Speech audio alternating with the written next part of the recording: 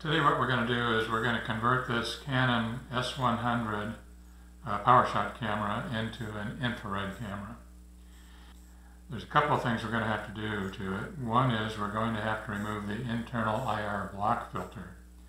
And then we're going to have to put another filter on the front of it so that only IR light comes across. Now before I've started working on this, I've taken several pictures, both long range and close-up focus of both the test chart and some trees to serve as a baseline. I'm not sure what removing the internal blocking filter is going to do, and I'm not sure how far off the focus is going to be for infrared.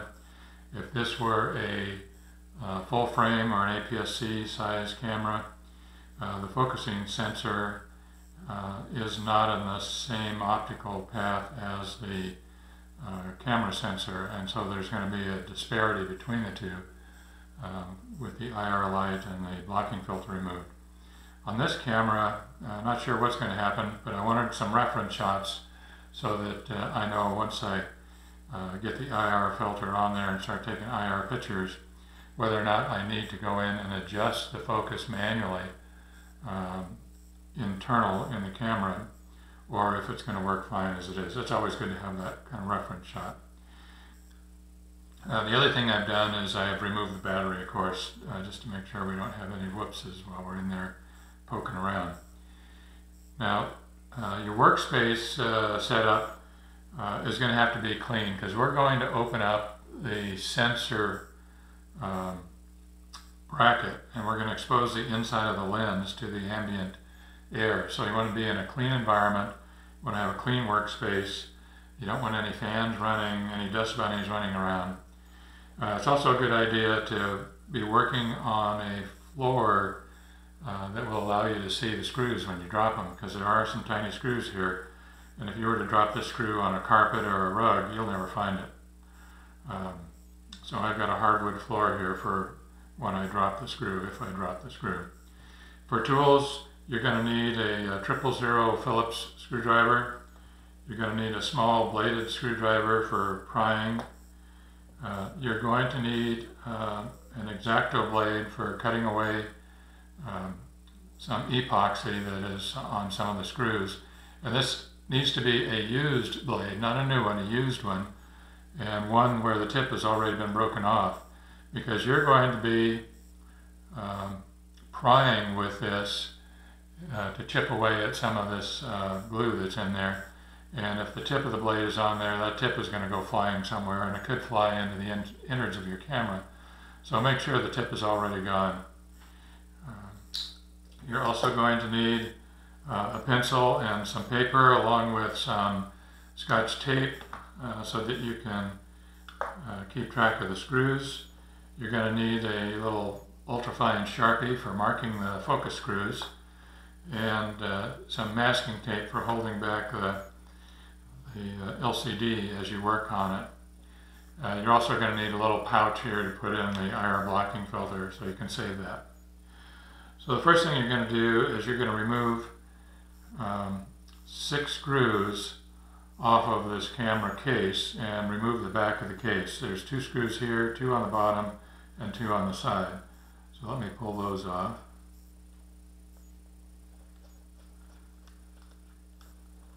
There's one.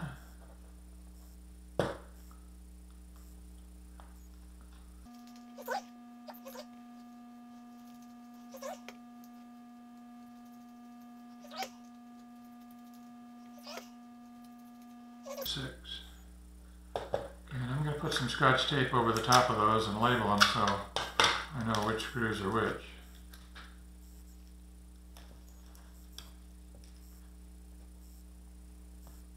Okay, now you should be able to take the back off. The back lifts off from the bottom.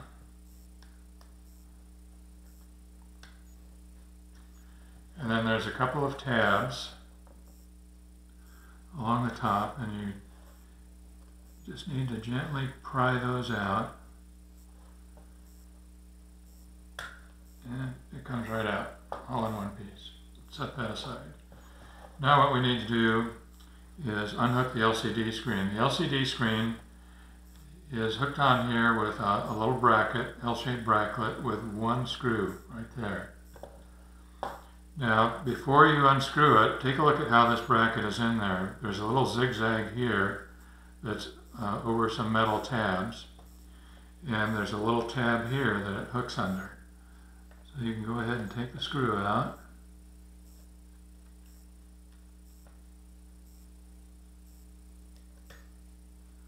Set that aside and put a piece of Scotch tape on it. If I seem paranoid with this, it's because I've had lots of practice losing screws. And once you've lost one of these, it's lost. You're never going to find it. Okay, now this little L-shaped bracket comes right off. Okay, the LCD covers the back of the lens, and it's got two tabs, one there and one there. And just gently pry up the LCD like that, and that exposes the back of the lens with the lens sensor. Now you can remove this entire LCD if you want, but in order to do that you have to take off this function set button bracket. There's this little screw there, and then you have to take off this top plate, and there's a screw here, and there's a screw inside. Where is it? It's in the front here. But that's a lot of work. So the best thing to do is to prop this open with a bit of masking tape. I'm going to pull out a long strip of masking tape.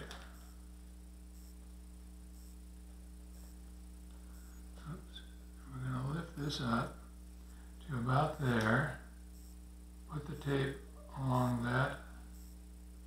Well, I'm right-handed, so I'm going to put it along the bottom edge, and then I'm going to flip the camera.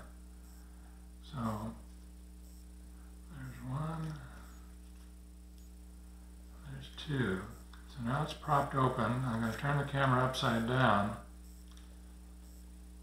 and now I can work on it. So here are three screws, 1, 2, 3. And also, there's a couple of areas that have some, it's either epoxy or hot glue, I'm not sure what, here and here. And I'm going to get in here with my broken tip used blade. And what I'm going to do is I'm going to chip away at all 5 of these areas and get as much of the glue out of here as possible. And you have to be a little bit careful. You don't want the glue flopping inside the camera. So as you chip it, try to remove it and put it aside. So I go in here and chip away at this.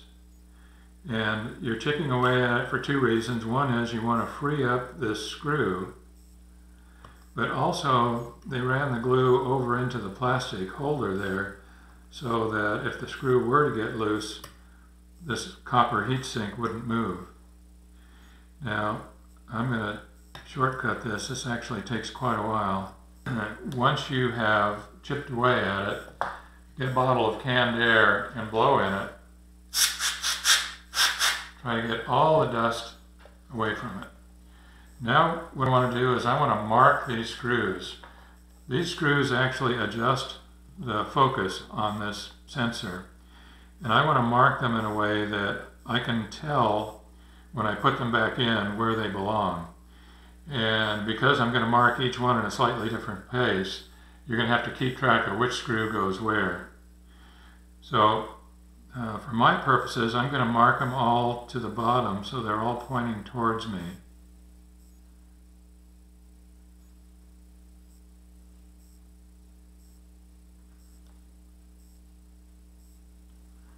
Okay, so I've got them marked, and now I'm going to remove them. Start with the top one here.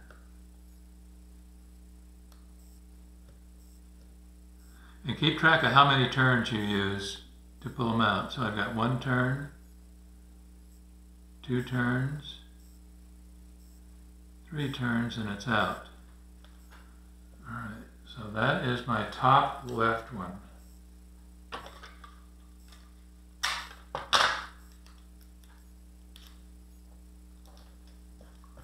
So mark that, top left. Next, the right side.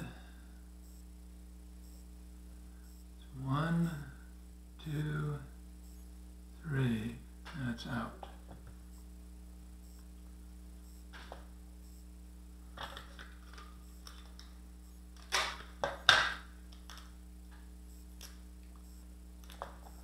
And that is right.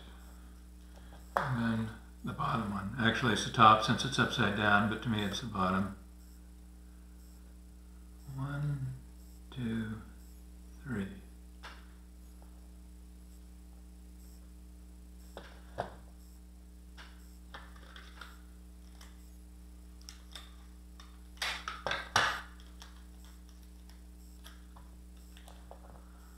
All right.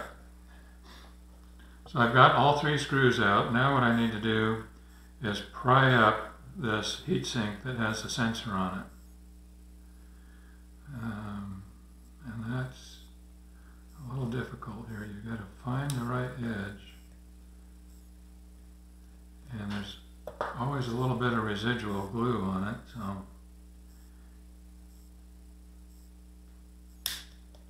uh-oh. Well, I broke the tip off of that. So that one's still glued in there pretty good. There we go.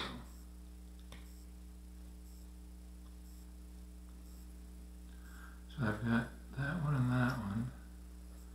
I want to get that little, there. Okay, got the tip off, and I've also got a small washer.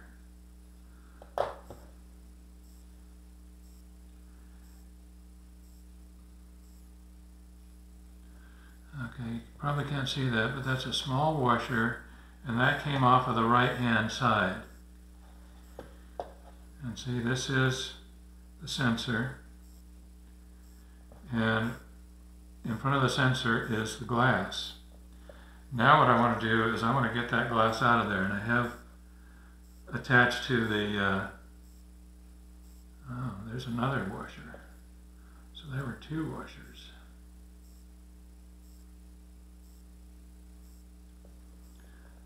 So I've got another washer right there.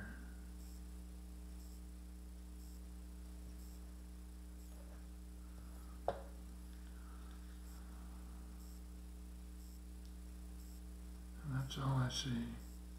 Okay, so now what I need to do is get the IR blocking filter out of there. And the IR blocking filter is just laying there. I've got some tweezers here, and it's behind this little rubber thing. So all you have to do is hold it upside down.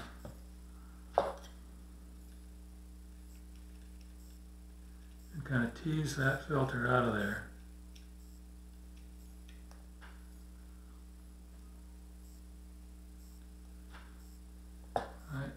So now we've removed the filter. Now what we need to do is put the sensor back in. So I'm going to store this filter in this little baggie, and then I'm going to sandwich the baggie between a couple of pieces of cardboard just to make sure that it doesn't get broken in case I want to put it back in. Okay, so now I have these 2 washers I need to stick back in there. And here's one.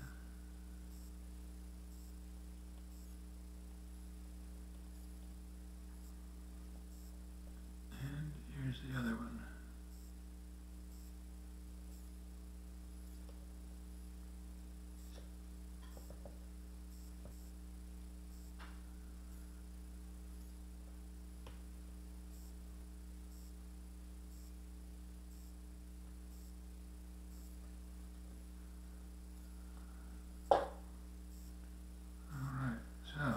Let's put the right hand one in first.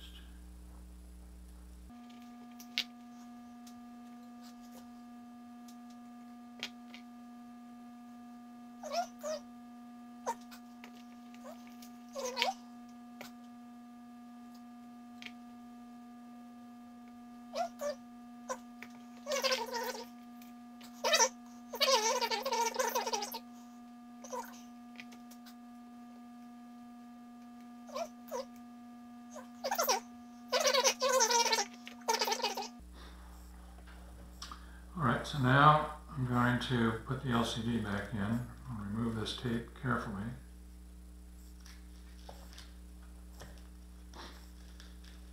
So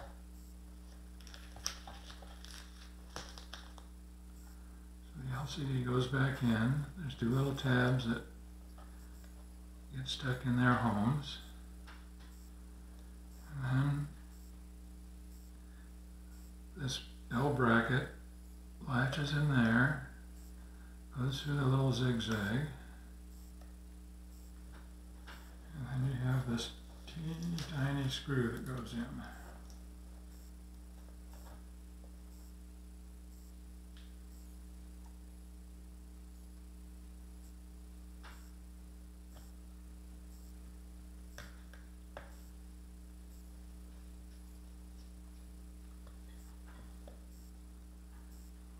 Then we put the back on.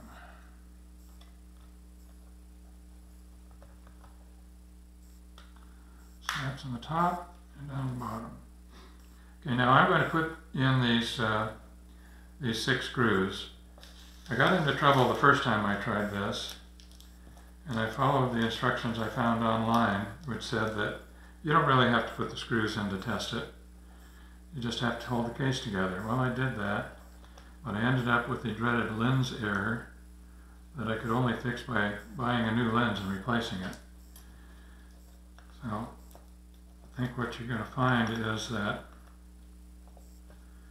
this zoom lens is very sensitive to having any kind of pressure on it. And if you put any kind of pressure on it, like holding this closed while you turn it on, you're liable to get it cattywampus and cause a lens problem.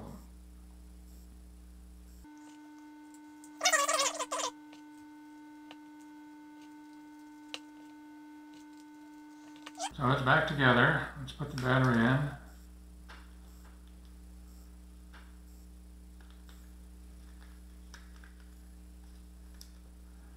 And the SD card. And with any luck, this will come on. And there we are. And I don't know if you can see that, but you have a definite color cast to it. That's because the IR blocking filter is not in there. Okay, so that allows the IR light to come through to the sensor. Now what you need to do is block all the rest of the light. And to do that, you're going to need an IR blocking filter. Here's what one looks like. Looks black.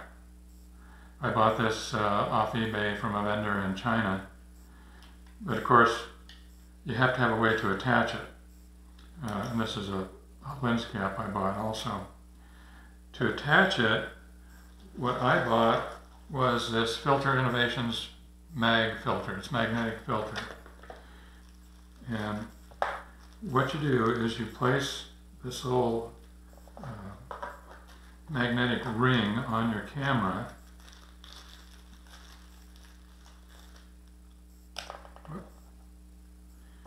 And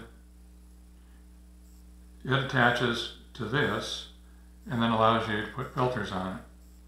To get this lined up right, I'm going to open this up because it's pretty critical that you get it centered.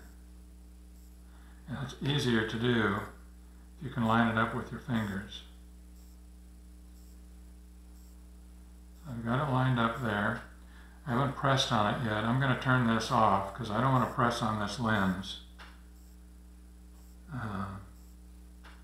just yet. Now I can see them off a little bit. So let's move it over.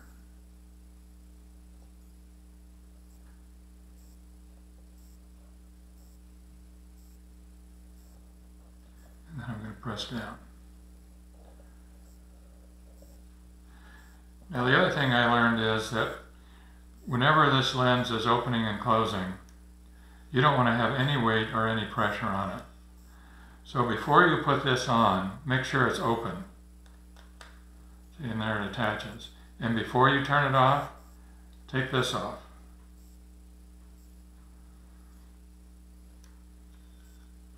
Okay, so now I'm going to put my IR lens on it. This happens to be a 760 nanometer lens. I turn it on. I put the lens on. And you can see, right, the sensor is good enough to pick that up.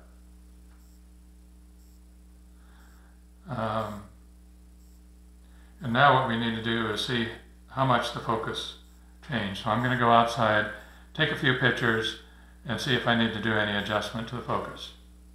But first, I take this off and turn off the camera. Well, good news. What I found was that there was no adjustment in the focus needed to accommodate the fact that I removed the filter and that we're capturing it in infrared. So here's a couple of pictures from the test. Here's a test that shows a picture before I made any changes. Here's the same picture after I removed the IR blocking filter. And then once I put the IR filter over the top of it, this is what it looks like. Now this is a color version, so really we want to do it in monochrome. So here's the black and white version of what the finished product is going to look like. Looks very much like the infrared pictures that you're used to. So looks like I'm going to have some fun with this. Hope you enjoyed this, and good luck trying it yourself.